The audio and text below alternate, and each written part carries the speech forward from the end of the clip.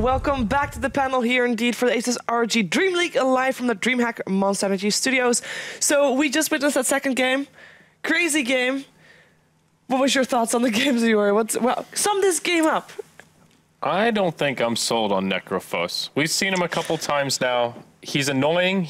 That was a really good start. We saw that cute little, oh, wait, he's stuck in the trees. Ding, level 6, slap in the face. You know, that's a great start for the Necro. But mid-game, he kind of got picked on. It reminds me of Disruptor a little bit. If you're ahead, the hero's incredible and you can dominate your opponents. But once they started to fall behind a little bit, it seemed like the Necrophos wasn't quite up to snuff. Wasn't really Necrophos' fault because you're not meant to fall behind.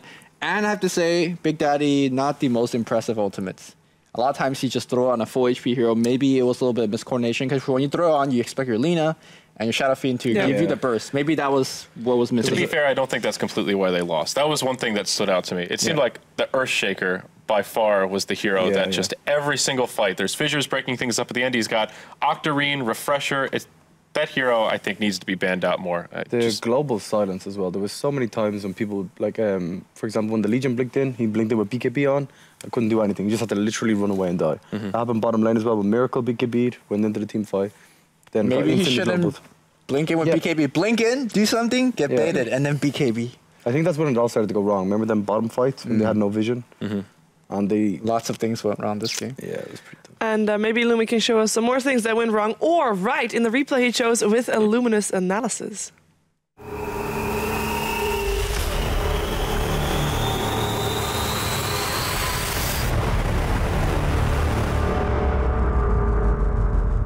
All right, Andy said this fight was really, really close. So let's look at how close he is. More importantly, how wrong he was.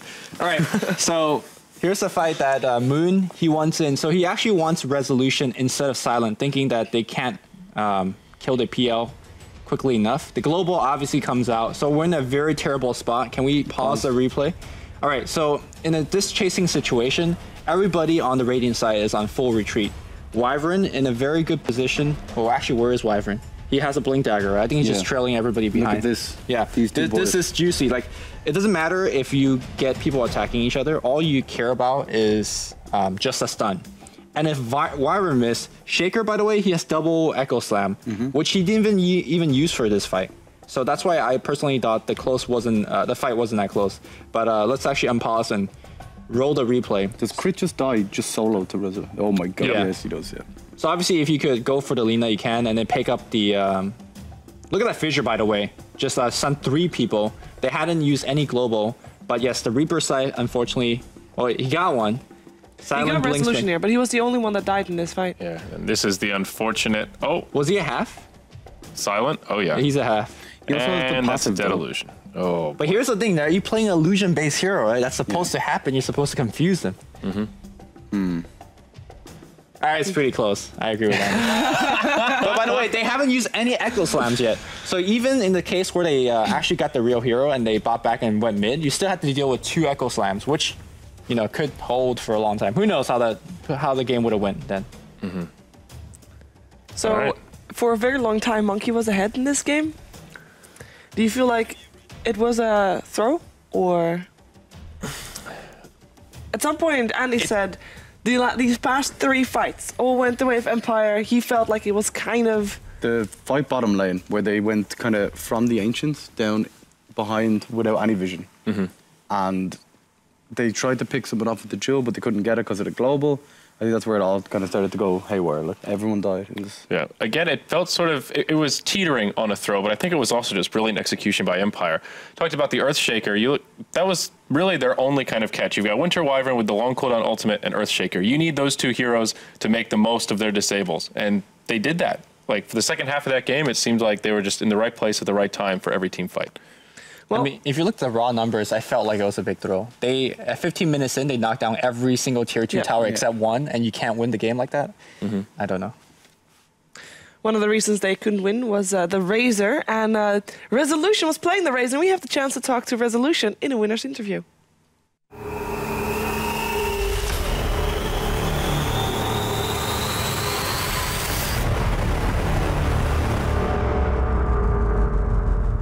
Good evening, Resolution. Congratulations on your series.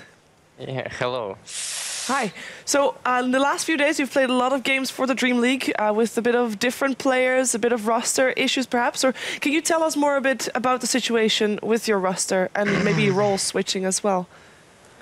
We can find our five player for will be good for us in all aspects.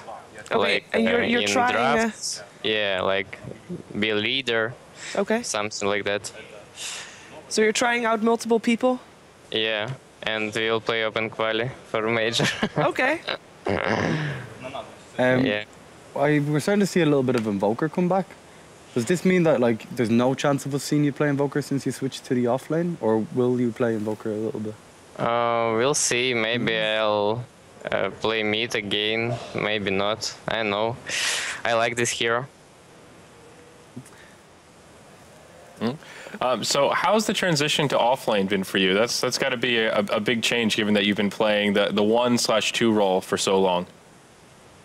Yeah, it's hard, but if you're watching a lot of replays and studying and playing Dota, so it's easy if you understand the game. So are you enjoying offlane a bit more? Is it a fun new challenge, or do you wish you could go back to mid? Yeah, it's like new challenge, like new motivation for me to do something. Yeah, it's kind of like what Mad said the other day. When we interviewed him, he said he switched to carry just for the challenge and he liked it a Finding lot. the passion. Yeah. Well, Resolution, thank you so much for taking the time. We're going to see you more in the Dream League later on as well. For now, though, I think you're done and you are going to be preparing for the major qualifiers. You're going to go through open qualifiers, you say? Yeah, Are you boot camping for that? yeah, in one day. Nice. So good luck for that.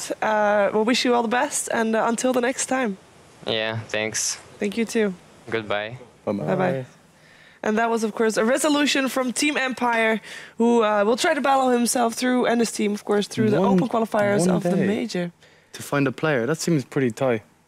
No, he's Like, going to the... To boot camp in one day, is that what you said? Yeah, he's going to boot camp in one day. So are they going with 4 people or 5? And we're hoping with 5. You know what I mean? Like it's Boot camping with 4 people seems to be a little counterintuitive to the reason you boot camp. So that's Yeah, it's a tight tough, schedule, man. Tight schedule indeed. We can actually take a look at the standings now that Empire has played their 2 games. They will be having a couple of extra points and therefore made it to the top of the boards with 3 wins, 3 losses, and 6 games played. Doing pretty well. I think today they looked really strong. Everyone has a 50% win rate except for Monkey Freedom Fighters. Mm-hmm. It's going to be tight. It's been a super even first I don't week. think It's crazy. that Monkey Business has a 50% win Oh yeah, I rate. didn't actually think about that. But they can. They could, perhaps, because they're playing against Alliance in our next series. So we'll be right back after the break with Monkey Business taking on Alliance.